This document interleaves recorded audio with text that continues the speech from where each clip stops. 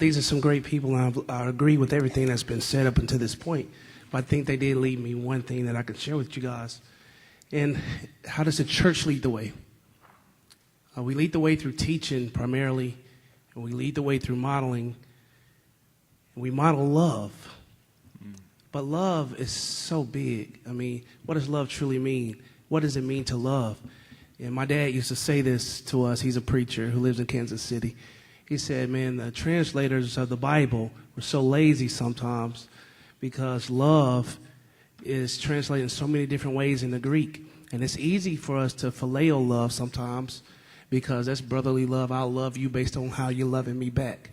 And it's easy to storge love. That's a familial love, and it's a family love and we love our families because they are a part of us and who we are. We have the same DNA.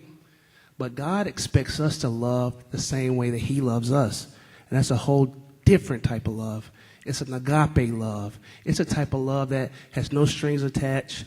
It's a type of love that even if you can't love me back the same way, I'm still going to love you. That's the type of love that we have to model and demonstrate. In Romans, it says that we should owe no man but to love him. Now, we use that a lot of times in stewardship and talking about money. But basically, the emphasis of that is not on the debt that you owe, but it's your response. You should know it. Who is it that we love? We should love everybody. There's not one person that we don't encounter that we shouldn't love, but yet and still, we only love when it's convenient for us. We're able to love as long as you think like us, or you vote like us, or you look like us, then it's easy to love you. But God, he said, well, who is my neighbor? And then he said our neighbor is what? A half-breed.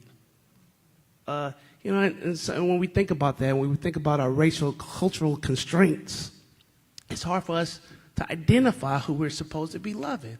And Jesus said, you're supposed to love your neighbor. Your neighbor is not people who are in close proximity to you. Your neighbor is the person who is in need that you are able to meet that need for them. And they could be across the world. I think our job as a church is to train and to teach and to model. Because some people don't want to hear what we have to say until they see us doing something. Our job is to model what love really is and to love people regardless of what they look like, regardless of whether they can love us back, regardless of what. And here's a story. There was one white gentleman who was in this neighborhood, and across the street from him, they were having crack parties. And the music was blasting loud each night, and he used to call the police on this person all the time. But yet and still, there became a time where that person was in need. And he admitted, I don't even like that person. But yet and still, he knocked on the door, and he said, what is it that I can do for you? And she broke down crying because she felt like nobody loved her. And she deserves love from nobody. And he was able to break down that racial barrier and love somebody he didn't even like. Love somebody who threw crack parties.